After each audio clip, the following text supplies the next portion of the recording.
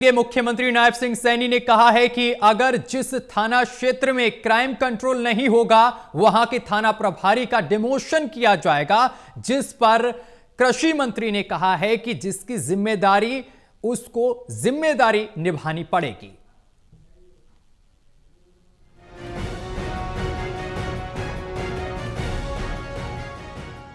मुख्यमंत्री नायब सिंह सैनी ने कहा है कि अगर जिस थाना क्षेत्र में क्राइम कंट्रोल नहीं होगा वहां के थाना प्रभारी का डिमोशन किया जाएगा, जिस पर कृषि मंत्री ने कहा है कि जिसकी जिम्मेदारी उसको जिम्मेदारी निभानी पड़ेगी।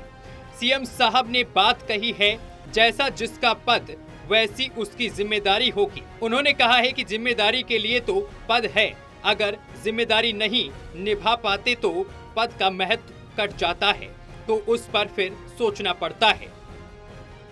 देखिए, जिसकी जिम्मेदारी है उसको जिम्मेदारी तो निभानी पड़ेगी, और वो अगर अपनी जिम्मेदारी में सक्षम नहीं है तो फिर उसका पद के हिसाब से सीएम साहब ने जो बात कही, जैसा जिसका पद वैसी जिसकी जिम्मेदारी। अगर वो जिम्मेदारी के लिए तो पद है, अगर जिम्मेदारी नहीं निभा पाता तो पद का महत्व घट जाता है, तो उस पर फिर सोचना पड़ता है। मनरेगा का नाम बदला गया है, जिसको लेकर कांग्रेस उपवास कर रही है, जिस पर कृषि मंत्री ने कहा है कि ये 20 साल पुराना एक्ट, अब चलते चलते इसमें काफी त्रुटि आ गई है। समय समय पर हम त्रुटियों को दूर नहीं करेंगे तो उसे देश की अर्थव्यवस्था को बढ़ावा नहीं मिलेगा। उन्होंने कहा 2047 में जो लक्ष्य है विकसित भारत बनाना, उसको पूरा करना हमारा लक्ष्य है। उन्होंने कहा जितनी भी योजनाएं बने विकसित भारत के हिसाब से योजनाएं बने, ताकि देश की ओर हर प्रदेश की अर्थव्यवस्था को बढ़ावा मिले।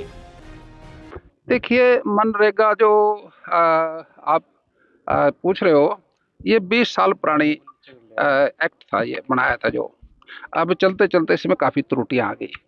अब समय समय पे अगर हम त्रुटियों को दूर नहीं करेंगे तो फिर उस देश की अर्थव्यवस्था को पुश नहीं मिलेगा।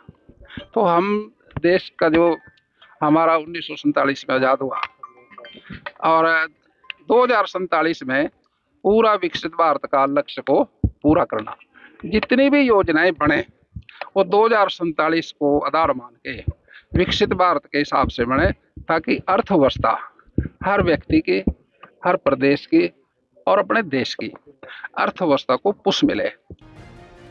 बहरहाल श्याम सिंह राणा ने कई मुद्दों को लेकर बयान दिया है, साथ ही उन्होंने मनरेगा पर कांग्रेस के उपवास को लेकर निशाना साधा है। टोटल टीवी के लिए कमलदीप की रिपोर्ट।